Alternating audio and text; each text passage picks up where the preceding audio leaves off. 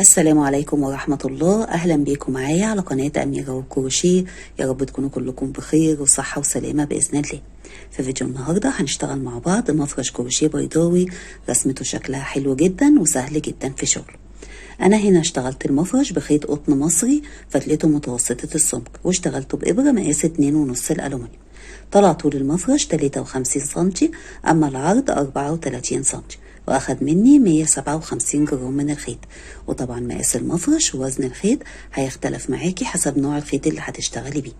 ودلوقتي يلا بينا نبدأ مع بعض إن شاء الله في تنفيذ المفرش. وقبل ما نبدأ، لو انت لسه جديدة معايا في القناة ما تنسيش تشتركي في القناة وتفعلي الجرس وتكتبي لي تعليق برأيك في الشرح وتقولي لي بتتابعيني من أي بلد. يلا نبدأ على بركة الله.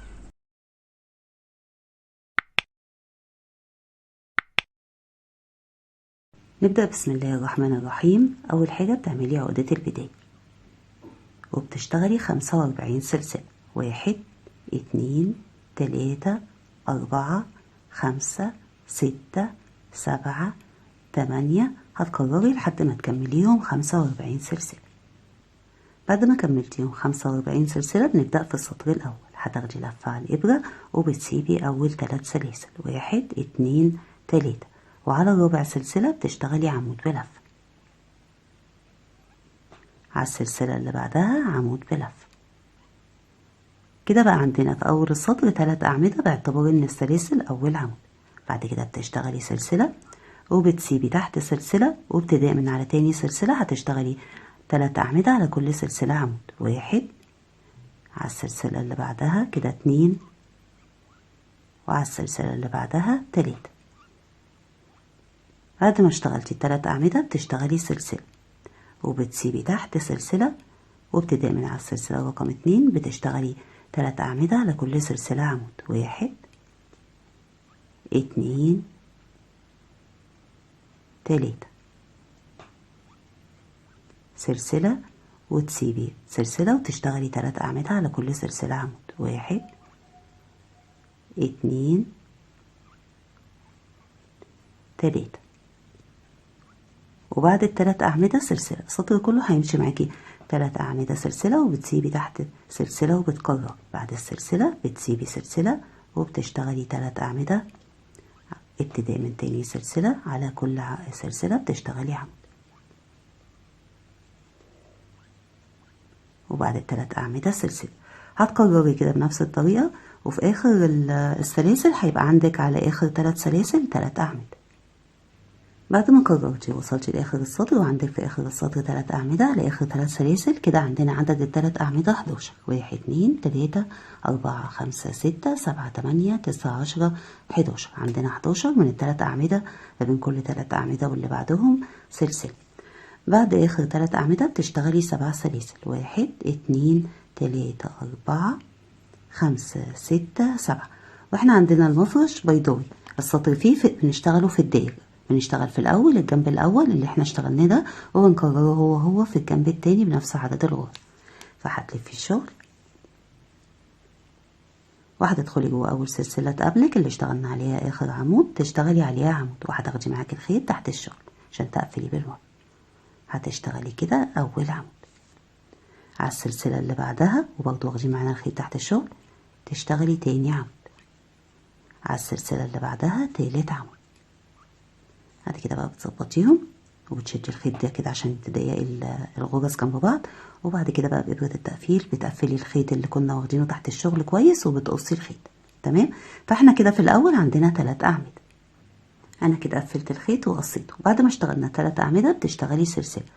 يبقى احنا كده بنكرر اللي اشتغلناه في الجنب الأول. بيبقى عندك 11 من ال3 أعمدة ما بين كل 3 أعمدة واللي بعدهم سلسلة. فبتسيبي السلسلة وعلى السلسلة اللي عليها العمود اهي يبقى عندك العمود من هنا والعمود من الجنب التاني على نفس السلسلة. هتبدأي تشتغلي 3 أعمدة على كل سلسلة عمود.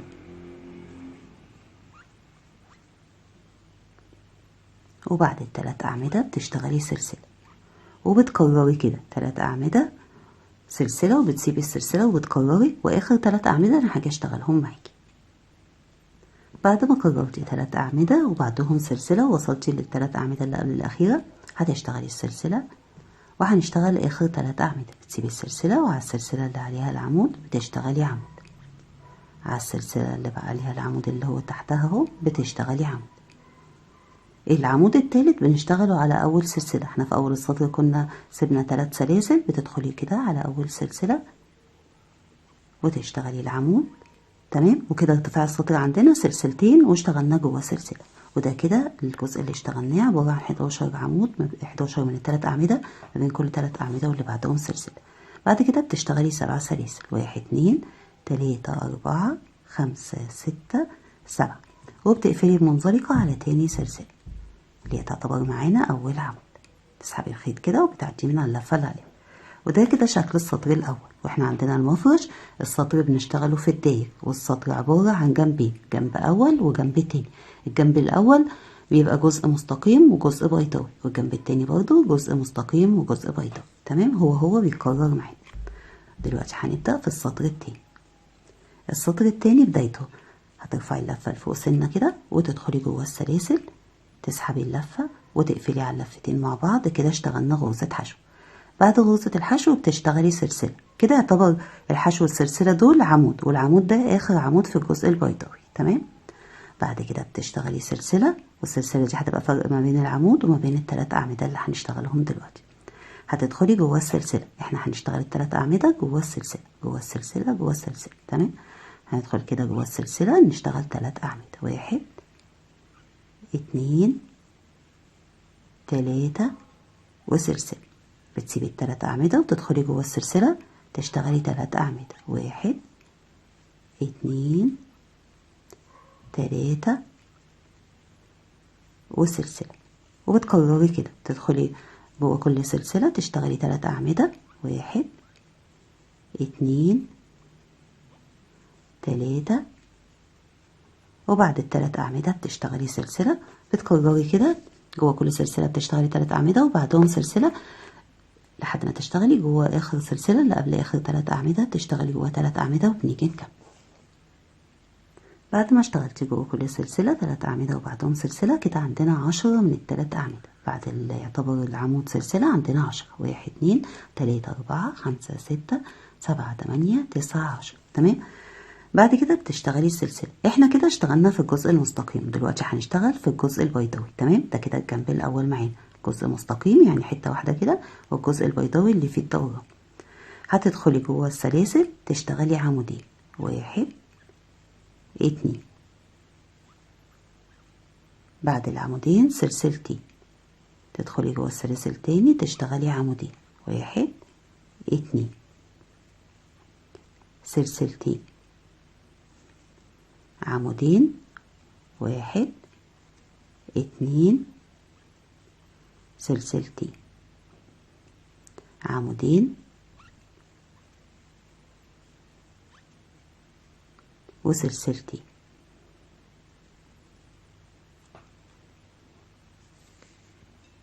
بعد كده بتشتغلي عمودين، 1 2، سلسلتين وعمودين، 1 2. يبقى احنا كده جوه ال7 سلاسل اشتغلنا 6 من العمودين، ما بين كل عمودين واللي بعدهم سلسلتين.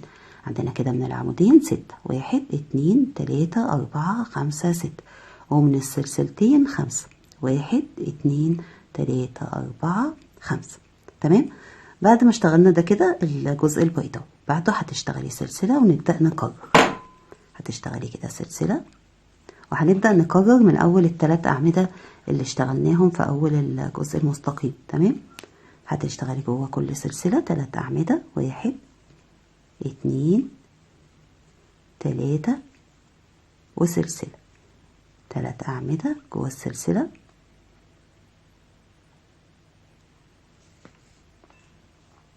1 2 3 وسلسلة. هتكرري كده 3 أعمدة سلسلة لحد ما تشتغلي جوه السلسلة اللي قبل ال3 أعمدة.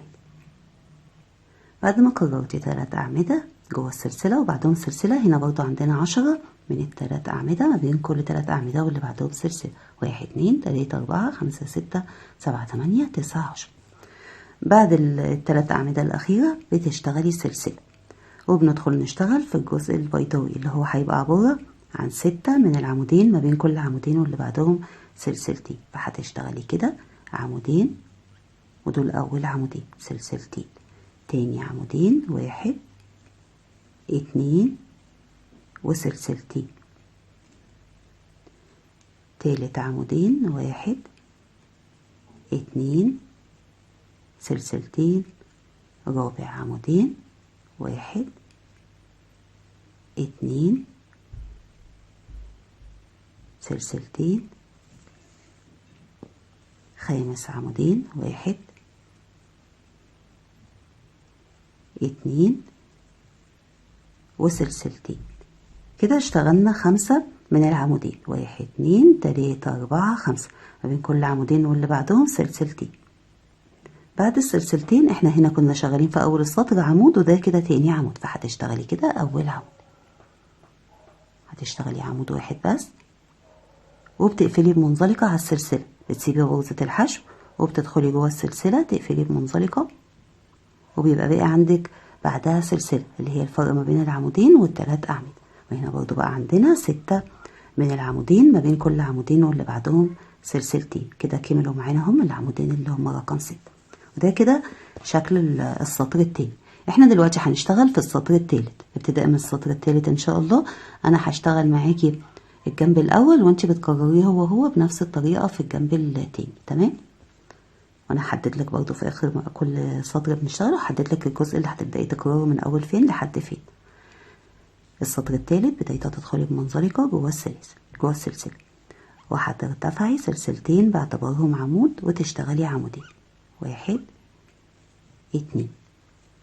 فاحنا كده جوه السلسلة اشتغلنا 3 أعمدة، بعدهم سلسلة، جوه السلسلة اللي بعدها 3 أعمدة 1 2 3 وسلسلة، 3 أعمدة 1 2 3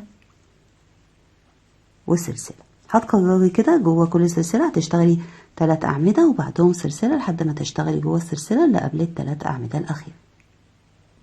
بعد ما كررتي جوه كل سلسلة اشتغلتي 3 أعمدة، آخر 3 أعمدة اشتغلتيها جوه السلسلة اللي قبل ال3 أعمدة. بعد كده بتشتغلي سلسلة وتدخلي جوه السلسلة اللي بعد ال3 أعمدة تشتغلي 3 أعمدة 1 2 3. تمام؟ احنا كده عندنا من ال3 أعمدة 11 1 2 3 4 5 6 7 8 9 10 11. ده كده الجزء المستقيم. جينا بقى لإيه؟ للجزء البيضاوي. في الجزء البيضاوي في الأول هتشتغلي سلسلتين. تمام؟ هتركزي معايا كده عشان ده اللي هتكرريه في الجنب التاني. احنا هنا عندنا 5 من السلسلتين 1 2 3 4 5 هنشتغل جواهم بالطريقة اللي هتشوفيها. تمام؟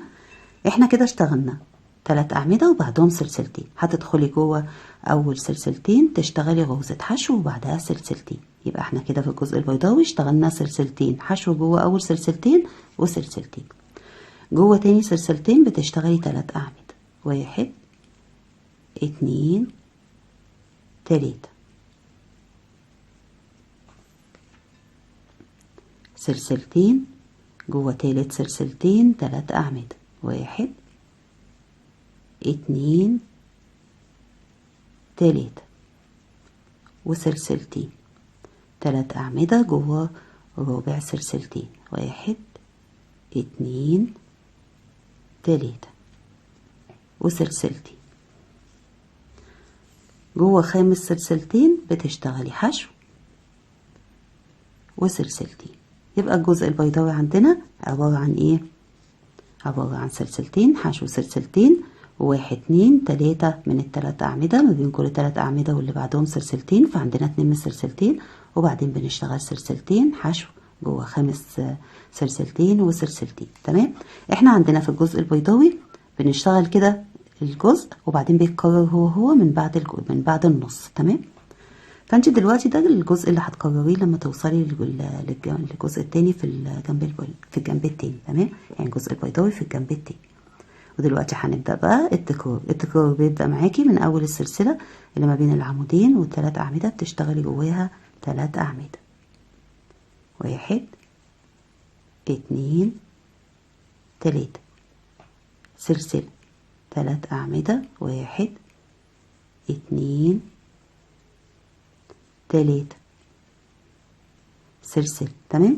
يبقى انت عندك التكرار بيبدأ من اول ال3 أعمدة، هتشتغلي الجزء ده كله من اول ال3 أعمدة، وبداية التكرار معاكي من بعد السلسلتين. تمام. هتشتغلي كده 11 من ال3 أعمدة، ما بين كل 3 أعمدة واللي بعدهم سلسلة، اخر 3 أعمدة جوه السلسلة، وبعدين بتشتغلي سلسلتين حشو سلسلتين، و3 من ال3 أعمدة ما بين كل 3 أعمدة واللي بعدهم سلسلتين، وبعد كده سلسلتين حشو سلسلتين جوه خامس سلسلتين، وبنرجع نقفل السطر مع بعض.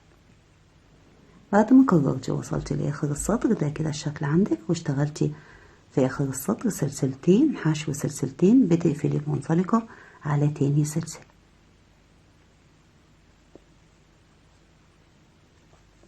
ده كده الشكل السطر التالت. احنا في السطر التالت لحد السطر التالت اشتغلنا 1 2 3 3 سطور، كان الجزء المستقيم فيها عبارة عن 3 أعمدة سلسلة. ابتداء من السطر الرابع هيختلف معانا شكل الشغل. في الأول هترتفعي سلسلتين باعتبارهم عمود اشتغلناه على أول عمود، بعد كده بتشتغلي سلسلة وبتسيبي عمود، وعلى العمود التالت بتشتغلي عمود، وبعد العمود سلسلة. هيمشي معانا الجزء كله عبارة عن عمود وبعده سلسلة.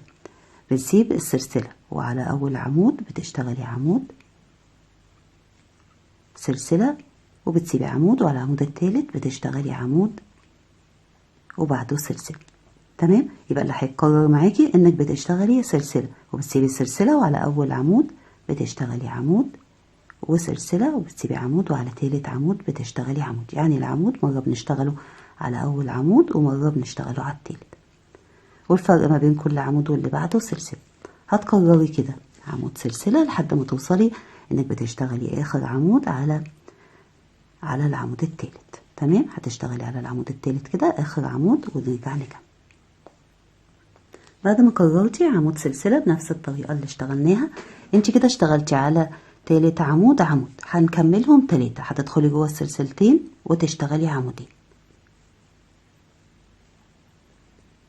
فاحنا كده بقى عندنا 3 أعمدة. في الأول برضه هيبقى عندنا 3 أعمدة لما هنيجي في آخر السطر ونشتغل عمودين جوه السلسلتين وبارتفاع السلسلتين، فهيكملوا معانا 3 أعمدة. هيبقى بداية الجزء المستقيم 3 أعمدة ونهايته 3 أعمدة، وما بينهم عندنا من العمود سلسلة 20. مش هنعد بقى اللي هو العمود اللي هيبقى تالت عمود، مش هنعد ارتفاع السلسلتين، هنعد كده 1 2 3 4 5 6 7 8 9 10 11 12 13 14 15 16 17 18 19 20. يبقى احنا من بعد ارتفاع السلسلتين عندنا 20 من العمود ما بين كل عمود واللي بعده سلسلة.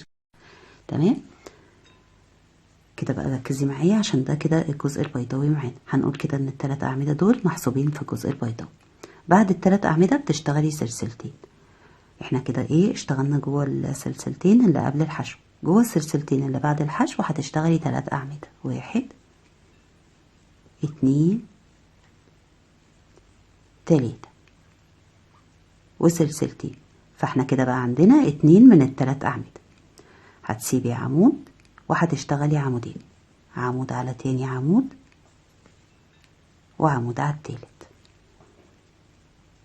سلسلتين، تدخلي جوه السلسلتين تشتغلي عمودين، 1 2. فكده بقى عندنا 2 من ال3 أعمدة و2 من العمودين، والفرق ما بين ال3 أعمدة واللي بعدهم سلسلتين، وبرضه ما بين العمودين والعمودين سلسلتين. يعني الفرق دايما هنا سلسلتين. هتشتغلي سلسلتين، واحنا هنا عندنا تاني 3 أعمدة، بتسيبي أول عمود منهم وتشتغلي على تاني عمود. ده كده النص الجزء البيضاوي عندنا، وبيتكرر هو في الجنب التاني بس بالمعكوس، يعني بيتكرر بالمرة التانية. فلما بيتكرر بقى بتشتغلي سلسلتين، يبقى بعد العمود سلسلتين وقبله سلسلتين، تدخلي جوه السلسلتين تشتغلي عمودين، 1 2 وسلسلتين. بعد كده بنشتغل تاني عمودين. هنا بقى هنسيب العمود التالت مش الأول، يعني هنا واحنا ماشيين كده سيبنا الأول، واحنا بقى راجعين بنسيب التالت. هتشتغلي كده على أول عمودين، عمود على أول عمود وعمود على التاني وسلسلتين، وبتسيبي العمود التالت ما بتشتغليش عليه. فكده عندنا 2 من العمودين. هتدخلي جوه السلسلتين تشتغلي 3 أعمدة، 1 2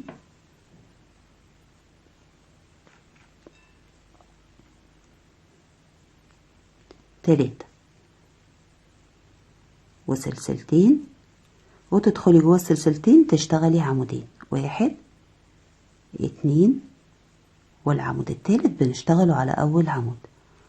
فاحنا كده عندنا من بعد العمود سلسلتين عندنا 1 2 من العمودين، وعندنا 2 من ال3 أعمدة زي ما كان قبل برضو العمود. تمام، يبقى احنا زي ما انت شايفه كده اللي اشتغلناه كده بيتكرر معانا هو بس بالمعكوس. فهو ده اللي بيتكرر معاكي لما بتوصلي للجزء البيضاوي اللي هو بيبقى بعد السلسله عمود. هنرجع تاني بقى نكرر، فهنشتغل سلسله عمود. هتشتغلي سلسله وبتسيبي عمود وبتشتغلي على العمود اللي بعده عمود، سلسله وتسيبي السلسله، وعلى اول عمود بتشتغلي عمود سلسله، بتسيبي عمود، وعلى العمود التالت بتشتغلي عمود وسلسله، وبتكرري كده بنفس الطريقه. التكرار عندك بيبدأ من اول العمود لحد ما بتشتغلي ال3 أعمدة. واحنا في اخر السطر بقى لما حاجه انا هكمل لهم معاكي ال3 أعمدة اللي كنا بادئينهم بارتفاع السلسلتين في الاول. اخر السطر الرابع بعد ما كررتي واشتغلتي اللي اشتغلناه في الجنب الاول هو في الجنب التاني، في الاخر هيبقى عندك 3 أعمدة سلسلتين وباقي سلسلتين تحت هنشتغل جواهم عمودين، 1 2 وبنقفل بمنزلقة على تاني سلسلة من سلاسل الارتفاع اللي بنعتبرهم عمود. تمام، تقفلي كده على تاني سلسلة وبيبقى باقي عندك بعدها سلسلة. فكده كملوا وبقى عندنا 2 من ال3 أعمدة جنب بعض. تمام، في السطر الخامس هيزيد عدد الأعمدة هنا وهيبقوا 4. هنا كانوا 3 تحت هيبقوا 4 في السطر ده. فهترتفعي في الأول سلسلتين، تعالي ايدك كده في أول سلسلة، ارتفاع السلسلتين دول بنعتبرهم عمود. هتدخلي كده جوه السلسلة تشتغلي عمود على العمود عمود. كده احنا اشتغلنا 3 أعمدة، وهنيجي في آخر السطر نشتغل العمود الأول فهيكملوا 4 سلسلة، وبتسيبي السلسلة وعلى العمود بتشتغلي عمود. بيمشي معاكي بقى الجزء ده كده سلسلة على العمود عمود، سلسلة وعلى العمود عمود. احنا هنا في كل ما بنشتغل السطور بيقلوا معانا عدد السلسلة عمود وبيزيد معانا عدد الأعمدة. تمام، فانت هتفضلي شغالة كده على كل عمود بتشتغلي عمود وبعده سلسلة لحد ما توصلي للعمود اللي قبل الأخير. يعني هتشتغلي على العمود ده كده وهيبقى باقي عندك بعده سلسلة عمود سلسلة 3 أعمدة. تمام، هتشتغلي كده لحد العمود اللي قبل الأخير ونرجع نكمل. بعد ما كررتي عمود على عمود وبعده سلسلة وصلتي للعمود اللي قبل الأخير. تمام، هتشتغلي السلسلة، وهنا هيبقى عندنا 4 أعمدة. هتشتغلي على العمود عمود. كده احنا اشتغلنا على العمود أول عمود من ال4. هتدخلي جوه السلسلة تشتغلي عمود، وعلى أول عمودين هتشتغلي على كل عمود عمود. فده كده تالت عمود وده الرابع. تمام، وبتسيبي اخر عمود مش بتشتغلي عليه. فكده بقى عندنا 1 2 3 4. وفي الاول برضو هيبقى عندنا 4 اعمده زي ما قلت لك. هنيجي نشتغل العمود الاول في الاخر. هنا بقى قال له عدد العمود، فبقى عندنا كان تحت عندنا 20 من العمود ما بين كل عمود واللي بعده سلسله. هنا عندنا 18 من العمود ما بين كل عمود واللي بعده سلسله، يعني قال له 2 من العمود سلسله. كده اشتغلنا 4 أعمدة. هتشتغلي سلسلتين وتدخلي جوه السلسلتين تشتغلي عمودين، وعندنا تحت 3 أعمدة هنشتغل على أول عمودين منهم على كل عمود عمود، 1 2. فكده بقى عندنا 4 أعمدة، يعني كده عندنا 2 من ال4 أعمدة، 1 2 ما بينهم سلسلتين. بتشتغلي سلسلتين وتدخلي جوه السلسلتين تشتغلي عمود 1 وسلسلتين. تمام، وهنا هنشتغل 3 أعمدة على العمودين. بتشتغلي على كل عمود عمود، 1 2 وجوه السلسلة عمود. فكده بقى عندنا 3 أعمدة. تمام، سلسلتين وعلى العمود بتشتغلي على كل عمود من الاتنين عمود، 1 2 وجوه السلسلتين بتشتغلي عمود، وبعد العمود بتشتغلي سلسلتين. فاحنا كده بقى عندنا من بعد السلسلتين عمود سلسلتين 2 من ال3 أعمدة، 1 2 ما بينهم سلسلتين.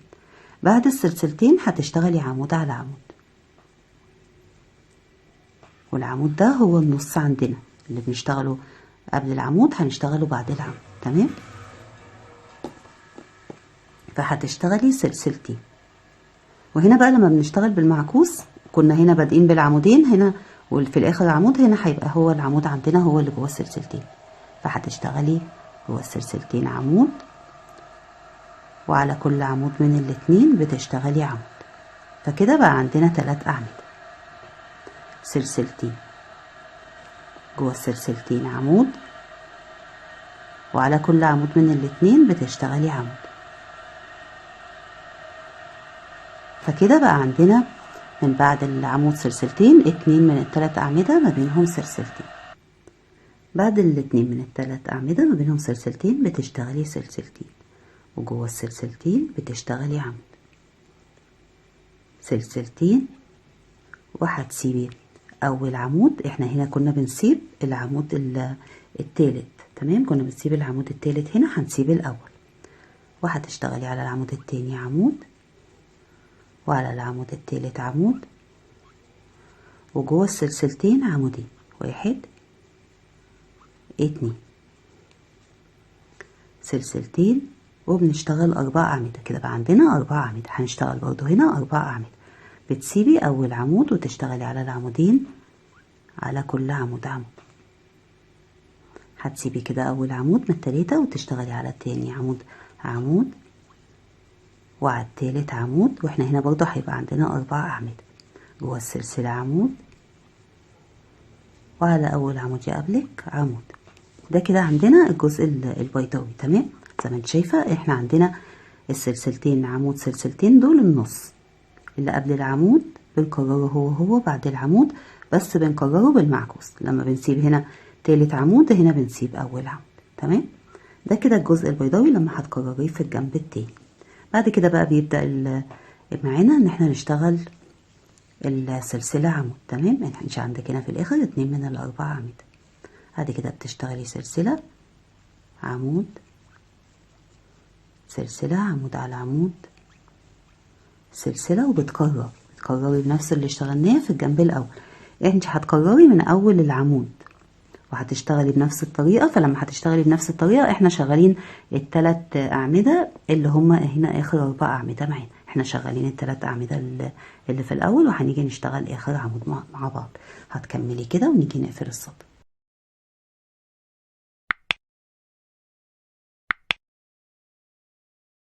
اخر السطر الخامس بعد ما اشتغلتي ال4 أعمدة والسلسلتين، عندك تحت عمودين. هتسيبي اول عمود وعلى تاني عمود بتشتغلي عمود، وده كده اول عمود من ال4. هتقفلي منزلقة على تاني سلسلة من سلاسل الارتفاع. كده كملوا معانا وبقى عندنا 2 من ال4 أعمدة.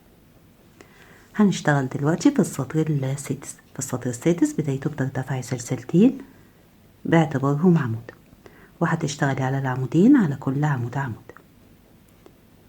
1 2. فكده بقى عندنا 3 أعمدة. جوه السلسلة عمود، وعلى العمود عمود. كده أول السطر عندنا فيه 5 أعمدة باعتبار إن السلسلتين أول عمود، 1 2 3 4 5. الجزء ده كده بقى عندنا فيه 5 أعمدة. كان تحت 3 بقوا 4 ودلوقتي بقوا 5. ولما هنيجي في آخر السطر هنسيب أول عمود فهيفضلوا 5 معانا. هنشتغل بعد كده سلسلة عمود بالطريقة اللي اشتغلناها تحت، سلسلة وعلى العمود عمود، سلسلة على عمود عمود، سلسلة على عمود عمود، وسلسلة. وبتكرري كده، بتشتغلي على كل عمود عمود وبعده سلسلة لحد ما توصلي للعمود اللي قبل الأخير. هتشتغلي عليه عمود وهيبقى باقي عندك بعده سلسلة عمود سلسلة وال4 أعمدة. بعد ما كررتي على كل عمود عمود وبعده سلسلة، وآخر عمود اشتغلتيه على العمود اللي قبل الأخير بتشتغلي سلسلة. وهنا برضو هيبقى عندنا 5 أعمدة. على العمود بتشتغلي عمود كده، 1 جوه السلسلة كده 2، وعلى أول 3 على أول 3 أعمدة على كل عمود عمود، فكده بقوا 3 4 5. تمام كده عندنا في الأول 5 أعمدة، وهنا عندنا 5 أعمدة، وما بينهم عندنا 16 من العمود ما بين كل عمود واللي بعده سلسلة، كانوا 20 بقوا 18 بقوا 16، بيقلوا في كل سطر 2 من العمود سلسلة. بعد ال5 أعمدة بتشتغلي سلسلتين، وبنشتغل ال5 أعمدة رقم 2، هتدخلي جوه السلسلتين تشتغلي عمودين، 1 2 على أول 3 أعمدة على كل عمود عمود، فكده 3 4 5. 2 من ال5 أعمدة ما بينهم سلسلتين 1 2، وعلى العمود هتشتغلي 3 أعمدة، 1 2 3 وسلسلتين. عندنا هنا واحدة بس من ال3 أعمدة. بعد ال3 أعمدة سلسلتين هنشتغل 4 أعمدة. تمام، هتسيبي السلسلتين وأول عمود وتشتغلي على العمود التاني عمود، وعلى التالت عمود، وجوه السلسلتين عمودين، 1 2. بقى عندنا 4 أعمدة، سلسلتين ونشتغل 4 أعمدة. هنسيب أول عمود من 3 ونشتغل عمودين، عمود على تاني عمود وعمود على التالت، وجوه السلسلتين عمودين، 1 2. فكده من بعد السلسلتين 3 أعمدة سلسلتين، عندنا 2 من ال4 أعمدة ما بينهم سلسلتين. ده كده النص عندنا. تمام، هنشتغل بعد كده سلسلة. السلسلة دي هتعدي من فوق العمود، من فوق النص، يعني النص كده بقى السلسلة اللي قبله بيتكرر هو بعده بس بالمعكوس. يعني ايه بالمعكوس؟ يعني العمودين بندخل نشتغلهم في الأول هما اللي جوه السلسلتين، 1 2، وعلى العمودين الأول والتاني بتشتغلي على كل عمود عمود، فكده بقى عندنا 4 أعمدة. سلسلتين، جوه السلسلتين بتشتغلي عمودين، 1 2، وعلى أول عمودين على كل عمود عمود، 1 2، فكده بقوا 4 أعمدة. يبقى احنا كده من بعد السلسلة عندنا 2 من ال4 أعمدة ما بينهم سلسلتين، وبتشتغلي على العمود 3 أعمدة، 1 2 3 وسلسلتين. يبقى احنا كده قبل السلسلتين 3 أعمدة سلسلتين، عندنا 2 من ال4 أعمدة ما بينهم سلسلتين. هنا هيبقى بعده عندنا 2 من ال5 أعمدة ما بينهم سلسلتين. فهنا هتسيبي أول عمود وتشتغلي كده 3 أعمدة على كل عمود عمود، 1 2 3. احنا في الجزء ده كده كنا بنسيب آخر عمود، أما لما لفينا بنسيب أول عمود يقبل. كده اشتغلنا 3 أعمدة، وجوه السلسلتين بتشتغلي عمودين، 1 2، فكده بقى عندنا 5 أعمدة، سلسلتين وبنشتغل تاني 5 أعمدة. تمام، هتسيبي أول عمود وتشتغلي 3 أعمدة على كل عمود عمود، 1 2 3. جوه السلسلة عمود وعلى العمود عمود، كده كملوا 5 أعمدة. فبقى عندنا هنا من بعد السلسلتين 3 أعمدة سلسلتين، 2 من ال5 أعمدة ما بينهم سلسلتين. هو ده كده الجزء اللي بيتكرر معاكي لما بتيجي تشتغلي في الجنب التاني. بعد كده بيبدأ بقى الجزء يتكرر معانا بان احنا بنشتغل سلسلة، وعلى العمود بتشتغلي عمود، وسلسلة على العمود عمود، وسلسلة، وبتكرري كده على كل عمود بتشتغلي عمود وبعده سلسلة. وهنا هيبقى عندك 2 من ال5 أعمدة ما بينهم سلسلتين، وسلسلتين 3 أعمدة، سلسلتين 4 أعمدة، سلسلتين 4 أعمدة. بتكرري بقى بنفس الطريقة اللي اشتغلناها من أول السلسلة عمود، أو من أول العمود لحد ال5 أعمدة. هتشتغلي كده ونرجع نكمل. آخر السطر السادس بعد ما اشتغلتي ال5 أعمدة بتشتغلي سلسلتين، واحنا كده كنا شغالين ال5 أعمدة. تمام، اللي هما ال5 أعمدة رقم 2. بتقفلي المنزلقة على تاني سلسلة من سلاسل الارتفاع. يبقى احنا كده سيبنا اول عمود ما اشتغلناش عليه. تمام، احنا كنت قايله لك في اول السطر ان احنا بنسيب اول عمود. ده كده شكل الجزء عندك. السطر السابع بدايته بتدخلي بمنزلقة على تاني عمود اللي هو بعد اول عمود بعد السلسلتين. ده كده عندنا تاني عمود، هتدخلي كده بمنزلقة وترتفعي السلسلتين كده، يعتبر اشتغلنا عمود على تاني عمود وسيبنا اول عمود ما بنشتغلش عليه. احنا كده في الجزء ده كده بنسيب اول عمود ما بنشتغلش عليه. بعد كده هتشتغلي 3 اعمدة على كل عمود عمود. ده كده تاني عمود، يعتبر باعتبار ان السلسلتين اول عمود. كده 3 4، يعتبر كده احنا اشتغلنا على الاربع اعمدة على كل عمود عمود وكنا سايبين اول عمود. جوه السلسلة بتشتغلي عمود، وده كده خامس عمود وعلى العمود عمود. فكده الجزء ده عندنا بقى 6 اعمدة. تمام، كان 3 بقى 4 بقى 5 بقى 6. كل ما احنا شغالين هيزيد معانا عدد الاعمدة وبيقل معانا عدد العمود سلسلة. تشتغلي بعد ال6 اعمدة سلسلة، وعلى العمود بتشتغلي عمود، سلسلة على عمود عمود، سلسلة على عمود عمود، سلسلة، وبتكرري كده على كل عمود بتشتغلي عمود وبعده سلسلة. اخر عمود بتشتغليه على العمود اللي قبل الاخير اللي هو بيبقى بقى عندك بعده عمود سلسلة 5 اعمدة. تمام، هتشتغلي كده ونيجي نكمل. بعد ما اشتغلتي على كل عمود عمود وبعده سلسلة، اخر عمود اشتغلتيه على العمود اللي قبل الاخير بتشتغلي السلسلة، وهنشتغل هنا 6 اعمدة. اول عمود منهم على العمود، تاني عمود جوه السلسلة، وبنشتغل 4 اعمدة على اول 4 اعمدة. فكده بقى عندنا 3 اعمدة 4 5 6. زي ما انت شايفة كده عندنا هنا 6 اعمدة وهنا 6 اعمدة، وما بينهم بقى عندنا 14 من العمود ما بين كل عمود واللي بعده سلسلة. بتشتغلي سلسلتين 1 2 وتشتغلي تاني 6 اعمدة. هتدخلي جوه السلسلتين تشتغلي عمودين، وبعد كده بتشتغلي على اول 4 اعمدة على كل عمود عمود، وبنسيب اخر عمود مش بنشتغل عليه زي ما هنا كده سيبنا اخر عمود. كده 1 كده اشتغلنا على اول عمودين، فكده بقى 4. كده 5 وكده بقى عندنا 6 اعمدة. انا هقفل بعد كده بقى الخيط ده اظبطه، بس هو كده بقوا 6 اعمدة. بقى عندنا 2 من ال6 اعمدة ما بينهم سلسلتين. بتشتغلي بعد كده سلسلتين 1 2، وجوه السلسلتين هتشتغلي عمود وسلسلتين. يبقى احنا كده من بعد الاتنين من ال6 اعمدة بقى عندنا سلسلتين عمود سلسلتين. انا كده ظبطت الخيط. تمام، كده اشتغلت سلسلتين عمود جوه سلسلتين وبعد كده سلسلتين. هشتغل بعد كده 4 اعمدة. بتسيبي اول عمود وعلى العمود التاني بتشتغلي عمود وعلى التالت عمود. 1 2 جوه السلسلتين عمودين 1 2. فكده من بعد السلسلتين عمود سلسلتين عندنا 4 اعمدة سلسلتين، وهنا هنشتغل 5 اعمدة. هتسيبي اول عمود وتشتغلي على تاني عمود عمود. كده 1 على التالت عمود بقوا 2 3.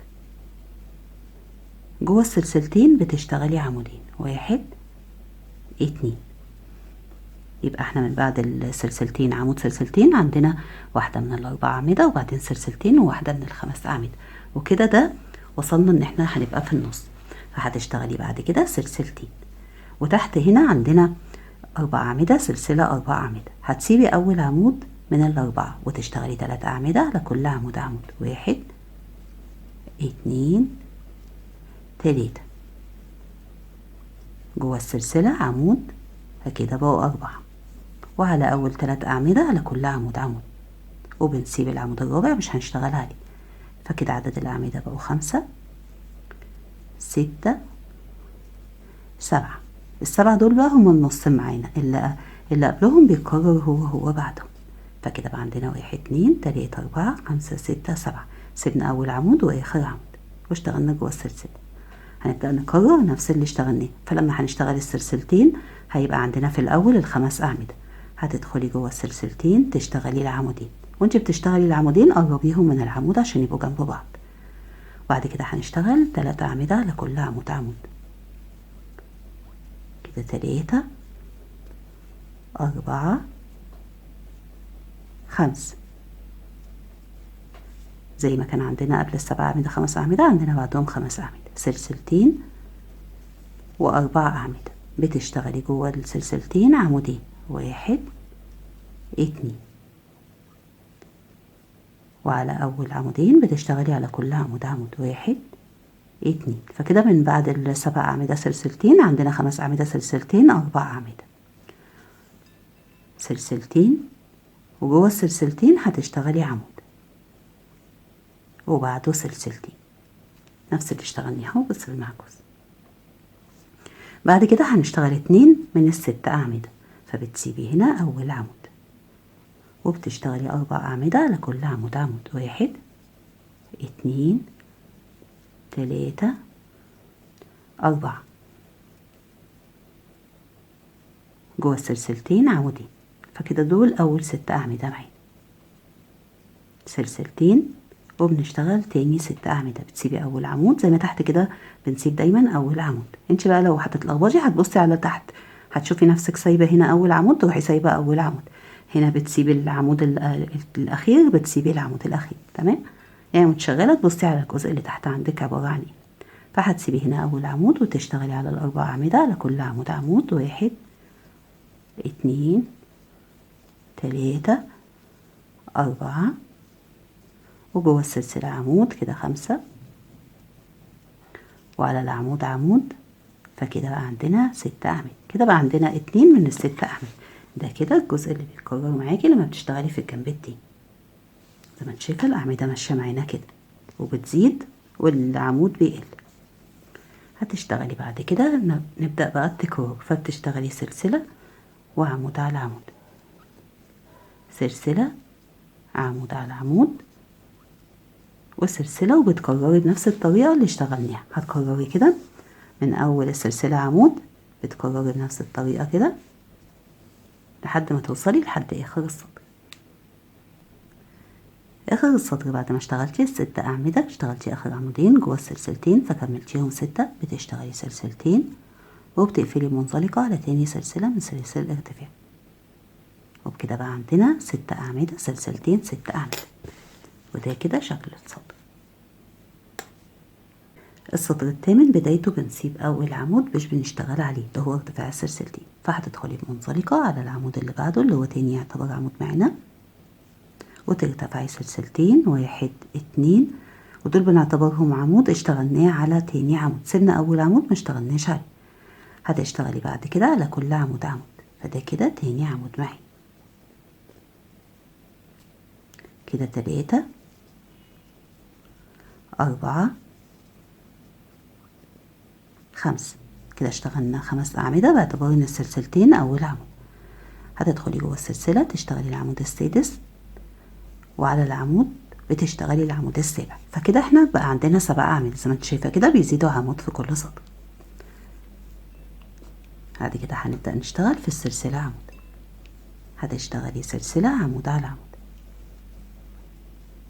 تمام؟ بعد العمود سلسلة وعمود على عمود، سلسلة عمود على عمود، وزي ما انت شايفة كده عدد العمود سلسلة بيقلوا معانا، يبقى الشكل ده كده. تمام؟ هتشتغلي كده لحد ما توصلي للعمود اللي قبل الأخير، بعده هيبقى عندك سلسلة عمود سلسلة، وعندنا 6 أعمدة. بعد ما اشتغلتي على العمود اللي قبل الأخير عمود، بتشتغلي سلسلة. تمام؟ وعلى العمود اللي هو الأخير بتشتغلي عمود، وهنكملهم 7 أعمدة. ده كده أول عمود جوه السلسلة، تاني عمود، تمام، تالت عمود، 4 5 6 7، وآخر عمود بنسيبه مش بنشتغل عليه. تمام؟ فكده بقى عندنا 7 أعمدة، وفي الأول 7 أعمدة وما بينهم 12 من العمود سلسلة، ما بين كل عمود واللي بعده سلسلة. هتشتغلي سلسلتين 1 2، وبنشتغل تاني 7 أعمدة جوه السلسلتين عمودين، 1 2، وبتشتغلي على كل عمود عمود وبنسيب اخر عمود. فكده 3 اعمدة، 4 5 6 7. بقى عندنا 2 من ال7 اعمدة ما بينهم سلسلتين. تمام. احنا عندنا الجزء ده زي ما انت شايفة عدد العمود سلسلة بيقل فيه. ابتداء من السطر ده هيبقى عندنا في الجزء ده كده فوق كل عمود احنا هنا اشتغلنا السلسلتين، عمود سلسلتين مرتين، مرة هنا ومرة هنا، وفي الجنب التاني نفس الكلام. يعني عندنا في السطر بيتكرر 4 مرات. فالجزء ده عندنا هيبقى عبارة عن عمود سلسلة، وفي كل سطر بيزيد معانا عدد العمود سلسلة، مش بيقل بقى زي هنا. فهنا هتشتغلي سلسلة واحدة بس. بعد ال7 أعمدة بتشتغلي سلسلة واحدة بس، وبتدخلي جوه السلسلتين تشتغلي عمود، سلسلة واحدة بس، وعلى العمود عمود. يبقى الجزء ده عندنا هيبقى هو اللي فيه العمود سلسلة بيزيدوا. سلسلة واحدة بس، وبتشتغلي جوه السلسلتين عمود وسلسلة. فاحنا كده من بعد ال7 أعمدة رقم 2 عندنا 3 من العمود ما بين كل عمود واللي بعده سلسلة، بس عندنا هنا من السلسلة 4. 1 2 3 4. تمام. تبقى واخدة بالك كده ان الجزء ده فيه 3 من العمود و4 من السلسلة. بعد السلسلة بتسيبي أول عمود وبتشتغلي 3 أعمدة لكل عمود عمود. 1 2 3. جوه السلسلتين عمودين. 1 2. فبقى عندنا 5 أعمدة. بعد ال5 أعمدة بتشتغلي سلسلتين وبنسيب أول عمود وبنشتغل على أول 4 أعمدة على كل عمود عمود. 1 2 3 4. وجوه السلسلتين عمودين. 1 2. فبقى عندنا 6 أعمدة. يبقى من بعد العمود سلسلة عندنا واحدة من ال5 أعمدة، وبعدين سلسلتين، وواحدة من ال6 أعمدة. بتشتغلي سلسلتين، وده كده النص عندنا اللي هما كانوا تحت ال7 أعمدة. هنا هيقلوا وهيبقوا 5. هتسيبي أول عمود وابتداء من التاني هتشتغلي 5 أعمدة. كده أول عمود على العمود اللي بعده كده 2 3 4 5. وبنسيب آخر عمود. يبقى احنا كده بقى عندنا 5 أعمدة. سيبنا أول عمود وسيبنا آخر عمود. بنبدأ بقى نكرر بس بالمعكوس. فهنا هيبقى عندنا في الأول ال6 أعمدة. تمام. هتشتغلي سلسلتين وبتلفي الشغل، وقدامك السلسلتين بتشتغلي جواهم عمودين. 1 2. تمام. على أول 4 أعمدة على كل عمود عمود. فكده عندنا 3 أعمدة، 4 5 6. هنا عندنا قبل ال5 أعمدة سلسلتين 6 أعمدة، وبعدهم سلسلتين 6 أعمدة. سلسلتين وبتدخلي جوه السلسلتين تشتغلي عمودين. 1 2. وعلى أول 3 أعمدة على كل عمود عمود. فكده بقوا 3 4 5. سلسلتين 5 أعمدة. تمام. هنا بقى هنشتغل السلسلة عمود. تاخدي بالك كده ان هنا هيزيد معانا وهيبقى عندنا سلسلة عمود، سلسلة عمود على عمود، سلسلة عمود. تمام. هنشتغل في الأول سلسلة، بعد ال5 أعمدة سلسلة، وتدخلي جوه السلسلتين تشتغلي عمود، سلسلة، على العمود بتشتغلي عمود، سلسلة، جوه السلسلتين عمود وسلسلة.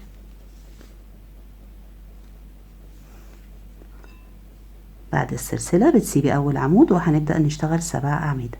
1 2 3 4 5. سيبنا عمود واشتغلنا 5 أعمدة جوه السلسلتين عمودين. 1 2. سلسلتين، يعني احنا الجزء ده فيه الفرق سلسلة، أما هنا الفرق سلسلتين زي ما هو. بعد كده بنشتغل تاني 7 أعمدة. هتسيبي أول عمود وابتداء من التاني بتشتغلي كده عمود 2 3 4 5. وجوه السلسلة عمود، وعلى أول عمود يقابلك عمود. بقى عندنا ايه 2 من ال7 أعمدة ما بينهم سلسلتين. تاخدي بالك كده، هو ده كده الجزء اللي بيتكرر معاكي لما بتوصلي للجنب البيضاوي. هو ده الجنب البيضاوي كده تمام. بعد كده هتمشي بقى سلسلة عمود، وبيبدأ معاكي تكرار سلسلة عمود على عمود، سلسلة عمود على عمود. تمام. بتمشي بقى وبتكرري بنفس الطريقة. هنا بيزيد معاكي عمود، وبعدين هنا بيزيد معاكي عمود. اما هنا بقى عند العمود بيبقى عندك سلسلة بعد ال7 أعمدة، سلسلة عمود، وبعدين سلسلة عمود على عمود، وبعدين سلسلة عمود جوه سلسلتين وسلسلة. تاخدي بالك هنا تمام. ونفس الكلام لما بتوصلي للعمود اللي في الناحية التانية، هتكرري بقى بنفس الطريقة اللي احنا اشتغلناها لحد اخر السطر. اخر السطر الثامن بعد ما اشتغلتي ال7 أعمدة بتشتغلي سلسلتين، وبتقفلي بمنزلقة على تاني سلسلة من سلاسل الارتفاع. وزي ما انت شايفة كده احنا الجنب التاني قررنا هو فهنا عندك 3 من العمود و4 من السلسلتين، وهنا برضو نفس الكلام. تاخدي بالك كده وتراجعي كده نهاية السطر. السطر التاسع بدايته بنسيب اول عمود، فبندخل بمنزلقة على العمود التاني اللي هو اول عمود بيقابلك، وترتفعي سلسلتين 1 2، ودول بيعتبروا عمود اشتغلنا على تاني عمود. كده سيبنا اول عمود، هنشتغل كده على كل عمود عمود. فكده بقوا عمودين 3 4 5 6 جوه السلسلة عمود، فكده 7، وعلى العمود عمود، فكده بقوا 8. زادوا معانا وبقى عندنا 8 أعمدة. بعد كده بقى بيمشي معاكي سلسلة عمود، فبتشتغلي سلسلة عمود على عمود، سلسلة عمود على عمود، سلسلة، وبتكرري زي كل سطر كده لحد ما بتوصلي للعمود اللي قبل الأخير. تمام. تشتغلي كده عليه عمود ونرجع نكمل. بعد ما اشتغلتي لحد العمود اللي قبل الأخير بتشتغلي السلسلة، وبتسيبي السلسلة وبتشتغلي على العمود عمود جوه السلسلة، كده تاني عمود، وبنشتغل على كل عمود عمود، وآخر عمود ما بنشتغلش عليه. كده عندنا عمودين 3 4 5 6 7 8. فكده احنا في أول السطر عندنا 8 أعمدة، وهنا 8 أعمدة، وما بينهم 10 من العمود، ما بين كل عمود واللي بعده سلسلة، سلسلتين، وبنشتغل 8 أعمدة. جوه السلسلتين بتشتغلي عمودين 1 2، على كل عمود بتشتغلي عمود وبتسيبي الأخير. فكده بقوا 3 4 5 6 7 8. كده اشتغلنا 2 من ال8 أعمدة ما بينهم سلسلتين. تمام. هنبدأ بقى كده نشتغل في العمود سلسلة. فبعد العمود اللي هو العمود الثامن بتشتغلي سلسلة واحدة بس، وبتدخلي جوه السلسلة تشتغلي عمود، سلسلة على العمود عمود، سلسلة على العمود عمود، سلسلة على العمود عمود، سلسلة، وجوه السلسلة عمود. احنا هنا بيزيد معانا عدد الأعمدة عشان بنشتغل على السلسلة الأولى والسلسلة الأخيرة، فبيزيد معانا عمودين. تحت كانوا 3 بقوا 5، 1 2 3 4 5، وقبلهم في سلسلة وبعدهم في سلسلة، وما بين كل عمود واللي بعده سلسلة. فهتشتغلي السلسلة كده عندنا 5 من العمود، و1 2 3 4 5 6 من السلسلة. السطر الجاي بقى بيزيدوا عشان بنشتغل جوه السلسلة اللي قبل العمود والسلسلة اللي بعد العمود، لكن ما بنشتغلش في السلاسل اللي ما بين الأعمدة، بنشتغل على العمود نفسه. بعد السلسلة بتسيبي أول عمود وبتشتغلي على كل عمود عمود، 1 2 3 4 جوه السلسلتين عمودين، فكده هيبقى عندنا 6 أعمدة. كانوا تحت 5 بقوا 6، سلسلتين وهنا برضو بنسيب اول عمود وبنشتغل على كل عمود عمود. سيبنا اول عمود وبدأنا من على التاني، فكده عمودين، 3 4 5 وجوه السلسلتين عمودين، فكده هيبقى عندنا 7 أعمدة. كانوا تحت 6 هنا بقوا 7، وهنا بنسيب أول عمود. تمام، سلسلتين وده النص. عندنا كان عندنا تحت 5 أعمدة، هيقلوا ويبقوا 3. بنسيب أول عمود وبنشتغل على تاني عمود عمود، فكده ده أول عمود. على العمود اللي بعده كده 2 وكده 3. سيبنا أول عمود وسيبنا آخر عمود ما اشتغلناش عليهم، فبقى عندنا 3 أعمدة. نبدأ بقى نكرر بنفس الطريقة. فهنا هيبقى عندك سلسلتين وبنشتغل في الأول جوه السلسلتين. احنا هنا كنا بنسيب أول عمود، تمام، واحنا ماشيين كده. هنا لما بنمشي كده بنسيب آخر عمود. هتشتغلي كده جوه السلسلتين عمودين، 1 2، وبتشتغلي كده على كل عمود عمود ما عدا العمود الأخير. كده بقى 4 أعمدة، 5 6 7، وآخر عمود مش بنشتغل عليه. سلسلتين وبندخل جوه السلسلتين نشتغل عمودين، 1 2، وعلى كل عمود عمود، وعلى آخر عمود مش بنشتغل عليه. كده بقى عندنا 3 أعمدة، 4 5 6. اشتغلنا 6 أعمدة، بقى عندنا كده هنا 7 أعمدة وسلسلتين، وهنا 6 أعمدة. نبدأ بقى نشتغل في السلسلة عمود. فاحنا في أول سلسلة بس اللي بنشتغل جواها العمود وآخر سلسلة، لكن الباقي الأعمدة بنشتغلها على العمود. اشتغلتي السلسلة هتدخلي كده، سيبنا آخر عمود اهو جوه السلسلة عمود، سلسلة على أول عمود يقابلك عمود، فكده بقوا 2. سلسلة على العمود اللي بعده عمود، فكده 3. سلسلة على العمود اللي بعده عمود، فكده بقوا 4. سلسلة والعمود الخامس بنشتغله جوه السلسلة، بعد العمود بتشتغلي سلسلة. يبقى الجزء ده كده من بعد العمود الأخير والحد قبل العمود الأول بيبقى سلسلة، الفرق سلسلة. وبنشتغل بعد كده 8 أعمدة. احنا هنا واحنا ماشيين كده كنا بنسيب العمود الأخير، أما هنا هنسيب العمود الأول. فبتسيبي أول عمود زي تحت كده عشان تتأكدي، زي ما قلت لك بتبصي على الأعمدة اللي تحت. بتبدأي من على التاني تشتغلي 8 أعمدة.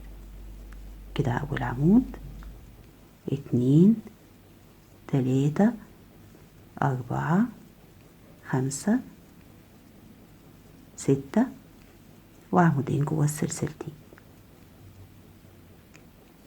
فكده بقوا ايه، بقوا 8. بعد كده بتشتغلي سلسلتين 8 أعمدة. بتسيبي أول عمود وتشتغلي 8 أعمدة. على التاني عمود كده 2 3 4 5 6 وجوه السلسلة عمود، فكده 7، وعلى العمود عمود، فكده 8 وسلسلة. وده الجزء كده اللي احنا بنكرره. تمام، ده كده شكله زي ما انتي شايفه. هنا بقى الجزء ده هيتقفل معانا وهيبقى كل ده أعمدة، وهنا هيبقى السلاسل والعمود وتكتر معانا. بتبدأي بقى تكرري من بعد السلسلة، تشتغلي على كل عمود عمود وبعده سلسلة، وبتكرري بقى بنفس الطريقة اللي احنا اشتغلناها مع بعض. تمام، هتكرري كده بنفس الطريقة وهنيجي نقفل السطر مع بعض. آخر السطر التاسع بعد ما اشتغلتي آخر سلسلتين بتقفلي المنزلقة على تاني سلسلة من سلاسل الارتفاع. وده كده الشكل عندك في الجنب التاني.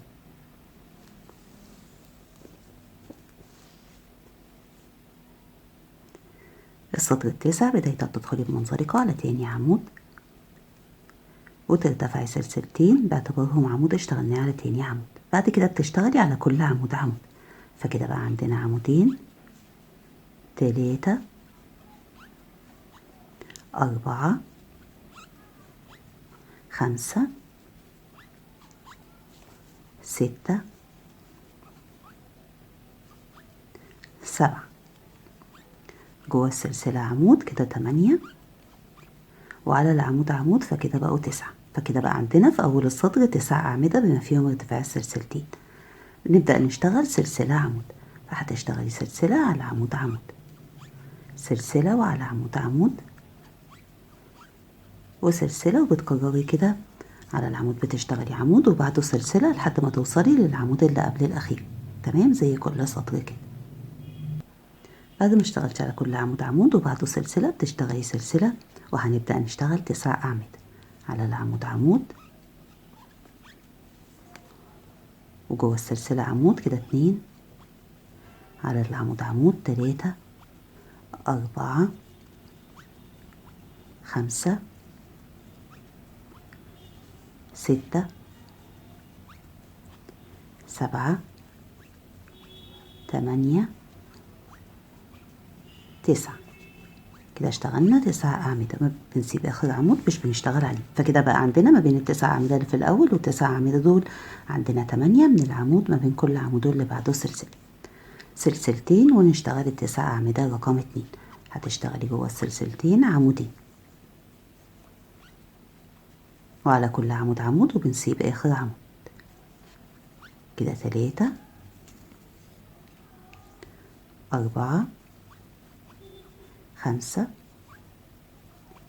6 7 8 9، واخر عمود مش بنشتغل عليه. فكده بقى عندنا 2 من 9 أعمدة ما بينهم سلسلتين.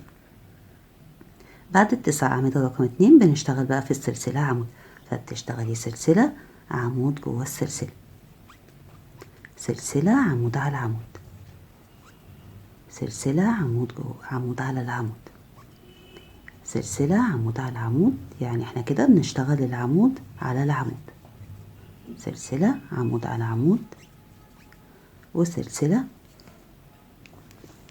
عمود على عمود، وده كده اخر عمود معانا. فبنشتغل السلسلة ونشتغل بعده عمود جوه السلسلة اللي في الاخر، وسلسلة. كده بقى عندنا من العمود 1 2 3 4 5 6 7، ومن السلسلة 8.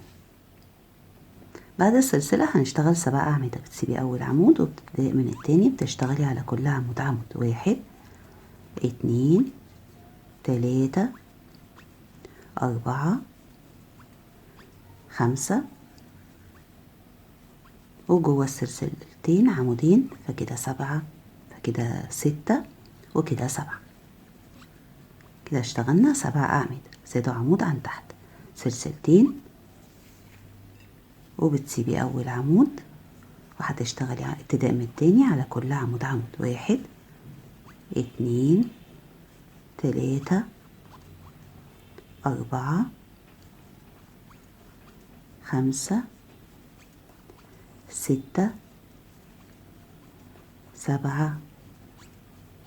جوه السلسلتين بقى هنشتغل عمودين، فكده 7 وكده 8. فكده بقى عندنا 7 أعمدة، سلسلتين، 8 أعمدة. جينا هنا للنص اهو، هتشتغلي سلسلتين وهتسيبي عمود، وعلى العمود التاني هتشتغلي عمود وبعده سلسلتين. فالجزء ده اللي معانا اهو لحد ما وصل انه بقى عمود واحد بس. نرجع نكرر بقى اللي اشتغلناه بس بالمعكوس. ففي الأول هنشتغل ال8 أعمدة، تشتغلي جوه السلسلتين عمودين، وهنا بنسيب العمود اللي في الآخر. على كل عمود بتشتغلي عمود وبنسيب آخر عمود. كده بقوا 3 أعمدة، 4 5 6 7 8 أعمدة. تمام، اشتغلنا كده 8 أعمدة في الأول، يعني قبل العمود كانوا 8 أعمدة، هنا بعدهم 8 أعمدة سلسلتين، وهتشتغلي 7 أعمدة عمودين جوه السلسلتين، وبتكمليهم 7. كده 3 أعمدة، 4 5 6 7. كده فاضل عندنا عمود تحت ما بنشتغلش عليه، فكده بقى عندنا 8 أعمدة، سلسلتين، 7 أعمدة. جينا بقى للجزء اللي فيه العمود سلسلة، بيبقى بعد الأعمدة عندك سلسلة مش سلسلتين زي اللي قبلها، تمام. وبتدخلي جوه السلسلة تشتغلي عمود. يبقى احنا جوه أول سلسلة بس اللي بنشتغل وجوه آخر سلسلة، لكن هنا بنشتغل على الأعمدة. هتشتغلي سلسلة عمود على عمود، سلسلة عمود على عمود، سلسلة عمود على عمود، سلسلة عمود على عمود، سلسلة وعمود على عمود، وسلسلة وعمود جوه السلسلة وبعده سلسلة.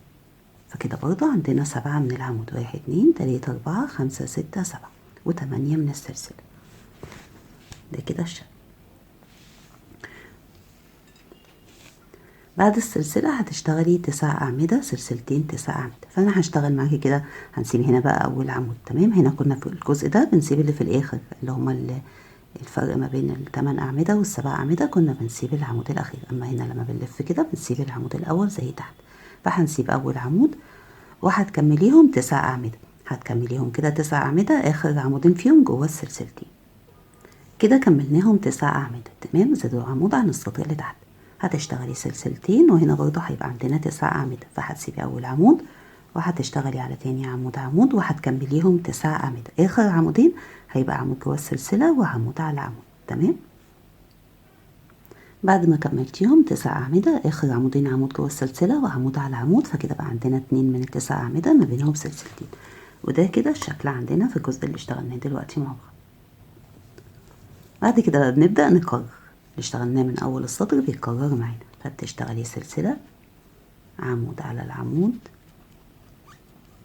سلسلة عمود على عمود، وسلسلة، وبتكرري نفس اللي اشتغلناه. بتكرري كده من بعد ال9 أعمدة اشتغلنا سلسلة لحد ما وصلنا ان احنا اشتغلنا ال9 أعمدة رقم 2 في الجنب التاني. هتكرري كده ونرجع نكمل. آخر السطر العاشر بعد ما اشتغلتي آخر سلسلتين بتقفلي بمنزلقة على تاني سلسلة من سلاسل الارتفاع.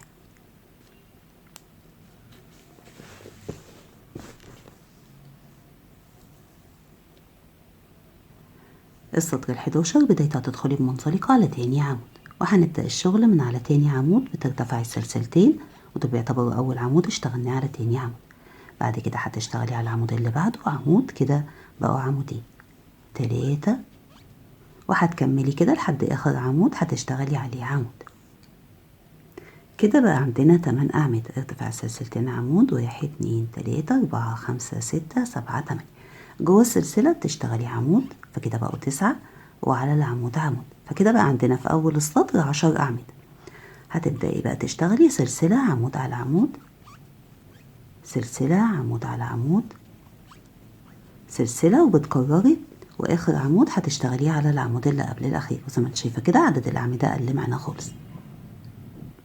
كده اشتغلنا عمود سلسلة لحد ما سيبنا آخر عمود ما اشتغلناش عليه. بتشتغلي سلسلة وعلى العمود هتشتغلي عمود، وجوه السلسلة عمود. احنا زي ما بيبقى عندنا هنا 10 أعمدة فبيبقى هنا برضو 10 أعمدة، فهتكمليهم 10 أعمدة. هتشتغلي كده على كل عمود عمود، وآخر عمود مش هتشتغلي عليه، فهيبقى عندنا 10 أعمدة.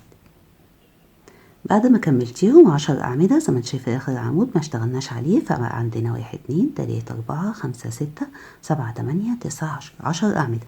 ما بين ال10 أعمدة الأولى وال10 أعمدة اللي بعدها عندنا كده 6 من العمود ما بين كل عمود واللي بعده سلسلة. بعد كده بتشتغلي سلسلتين وبتشتغلي في ال10 أعمدة رقم 2. احنا هنا بيبقى عندنا نفس العدد متكرر معانا مرتين ورا بعض. هتشتغلي كده جوه السلسلتين عمودين، وعلى العمود عمود، وهتشتغلي على كل عمود عمود، واخر عمود مش هتشتغلي عليه، فهيبقى عندك 10 أعمدة. كده بقى عندنا 2 من ال10 أعمدة ما بينهم سلسلتين، بيزيدوا عمود في كل سطر زي ما انت عارفة. بعد كده بقى هنبدأ في السلسلة عمود، فبتشتغلي سلسلة عمود جوه السلسلة، سلسلة عمود على عمود.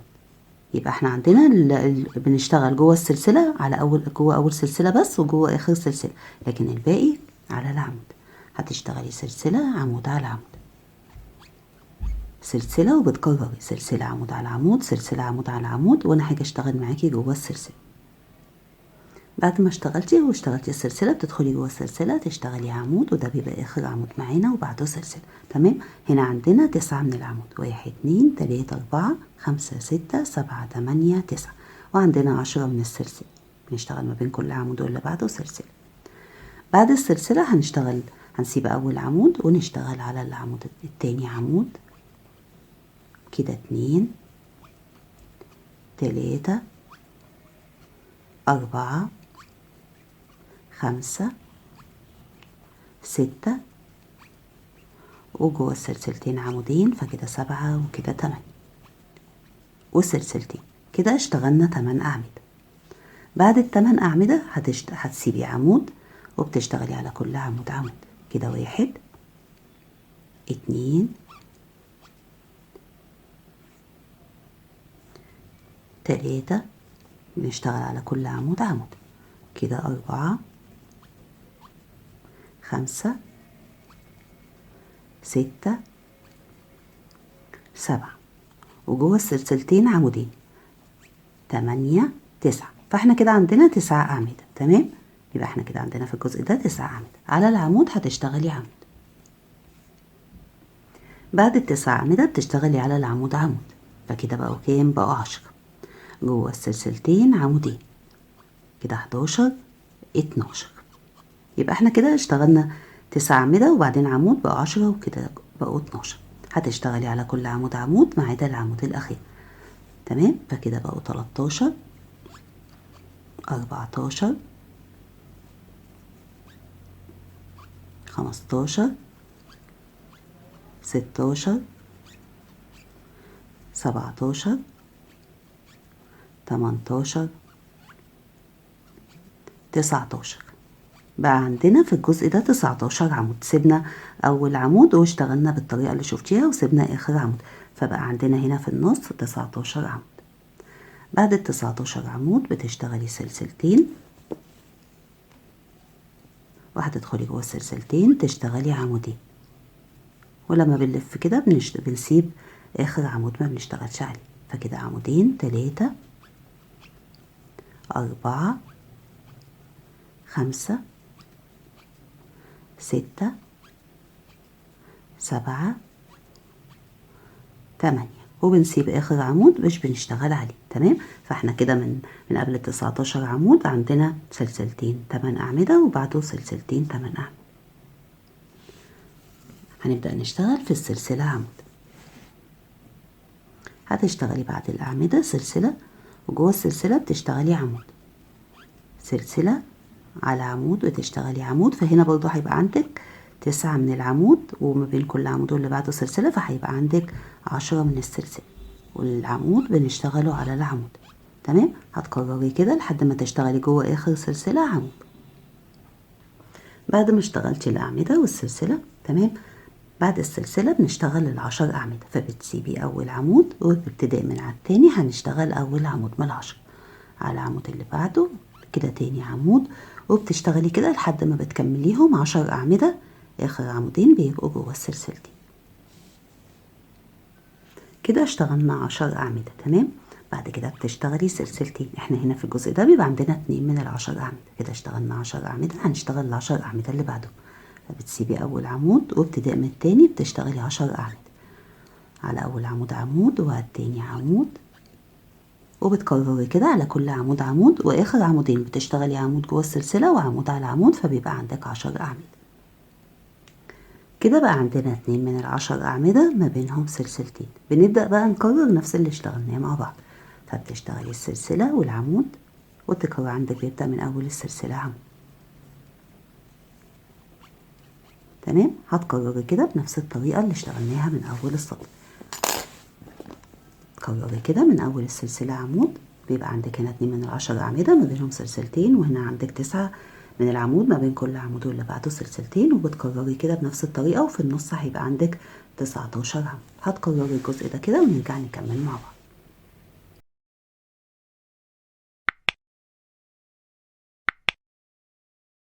آخر السطر ال11 بعد ما اشتغلتي آخر سلسلتين بتقفلي بمنزلقة على تاني سلسلة من سلاسل الارتفاع.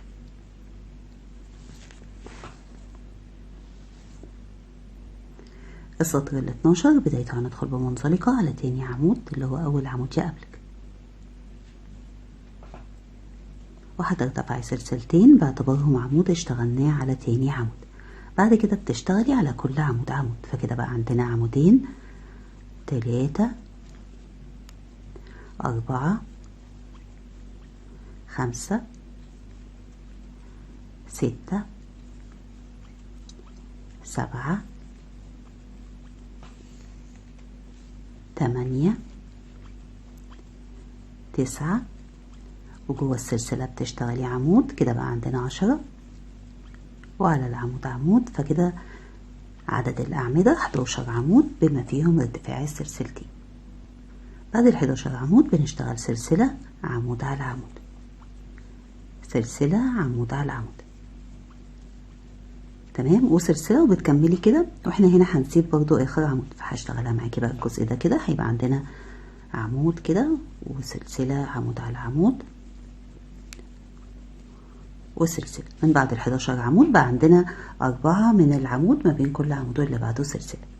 هنشتغل بعد كده 11 عمود، فهتدخلي على اول عمود كده تشتغلي عليه عمود، وعلى السلسلة تدخلي جواها تشتغلي عمود، فكده بقوا 2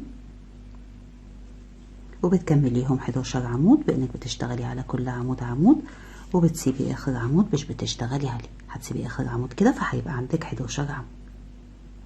بعد ما كملتيهم 11 عمود فاحنا كده بقى عندنا 11 عمود وبعدهم 11 عمود وما بينهم 4 من العمود ما بين كل عمود واللي بعده سلسلة. كده اشتغلنا اول 11 عمود، بتشتغلي سلسلتين وبعد كده بتشتغلي تاني 11 عمود. جوه السلسلتين بتشتغلي عمودين وبتشتغلي على كل عمود عمود وبتسيبي اخر عمود مش بتشتغلي عليه، فهيبقى عندك عدد الاعمدة 11. اخر عمود مش بنشتغل عليه زي تحت كده. بعد ما كملتيهم 11 عمود بقى عندنا 2 من 11 عمود ما بينهم سلسلتين، هنبدأ نشتغل سلسلة عمود، فبتشتغلي سلسلة وجوه السلسلة عمود وسلسلة، وبعد كده بقى بتشتغلي السلسلة وعلى العمود عمود، سلسلة على العمود عمود، وبتكرري كده سلسلة وعلى العمود عمود، ما بنشتغلش جوه السلسلة، وفي الاخر بتشتغلي جوه اخر سلسلة عمود وبعده سلسلة. بعد ما كررتي عمود سلسلة هنا بقى عندنا 11 من العمود، 1 2 3 4 5 6 7 8 9 10 11 ما بين كل عمود واللي بعده سلسلة، وهنا عندنا 12 من السلسلة. بعد ما اشتغلتي السلسلة بتسيبي اول عمود وبتشتغلي على كل عمود عمود، 1 2 3 4 5 6 7. اشتغلنا 7 أعمدة. ابتدائي من على تاني عمود، جوه السلسلتين هتشتغلي عمودين، فكده 8 9. يبقى من بعد السلسلة عندنا 9 أعمدة، سلسلتين. تحت عندك 19 عمود، هتسيبي أول عمودين 1 2 وابتداء من التالت بتشتغلي على كل عمود عمود وبتسيبي آخر عمودين ما بتشتغليش عليهم. يبقى احنا زي ما سيبنا أول عمودين برضو بنسيب آخر عمودين، تمام. هتشتغلي كده على كل عمود عمود وبتسيبي آخر عمودين، فهيبقى عندك 15 عمود. كده من بعد السلسلتين عندنا 15 عمود، سيبنا أول عمودين وسيبنا آخر عمودين. بتشتغلي سلسلتين وبتكرري اللي اشتغلناه قبل ال 15 عمود، فبتشتغلي من بعد السلسلتين 9 أعمدة، عمودين جوه السلسلتين 1 2. فاحنا كده زي ما انت شايفه كده سيبنا العمودين، وهتشتغلي على كل عمود عمود واخر عمود مش بتشتغلي عليه. كده 4 أعمدة، 5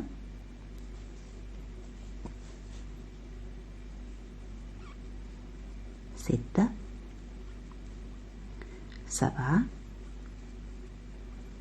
8 9. بقى عندنا 9 أعمدة واخر عمود مش بنشتغل عليه. بعد كده بقى هنبدأ نشتغل سلسلة عمود، فبتشتغلي سلسلة وعمود جوه أول سلسلة، سلسلة وبعد كده بتشتغلي العمود على العمود، عمود على عمود، سلسلة، عمود على عمود، سلسلة، وهنا برضو هيبقى عندك 11 من العمود و12 من السلسلة. هتشتغلي كده لحد ما تشتغلي العمود جوه اخر سلسلة وبعده سلسلة. بعد ما اشتغلتي بنفس الطريقة فبقى عندك 11 من العمود و12 من السلسلة. بعد ما بتشتغلي في الاخر سلسلة زي ما انت شايفة سلسلة واحدة، تمام. هنسيب اول عمود ونبدأ من على تاني عمود نشتغل 11 عمود. بتشتغلي في الاول على كل عمود عمود، ولما بتوصلي للسلسلتين بتشتغلي جواهم عمودين، فكده هيبقى عندك 11 عمود. بعد ما اشتغلتي ال11 عمود 1 2 3 4 5 6 7 8 9 10 11 بتشتغلي السلسلتين وبنشتغل تاني 11 عمود. بتسيبي اول عمود وابتداء من التاني بتشتغلي على كل عمود عمود، 1 2 3 وبتكمليهم 11 عمود. اخر عمودين بتشتغلي عمود جوه السلسلة وعمود على العمود. بعد ما كملتيهم 11 عمود كده بقى عندنا 2 من ال11 عمود ما بينهم سلسلتين.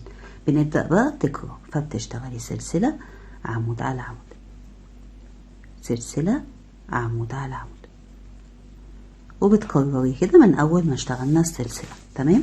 هتكرري كده من اول ما اشتغلنا السلسلة لحد ما توصلي لحد اخر السطر. في اخر السطر احنا هيبقى عندنا هتبقى عندك 11 عمود وبعدهم سلسلتين، واحنا كنا شغالين تاني 11 عمود. اخر السطر ال12 بعد ما اشتغلتي اخر سلسلتين بتقفلي بمنزلقة على تاني سلسلة من سلاسل الارتفاع.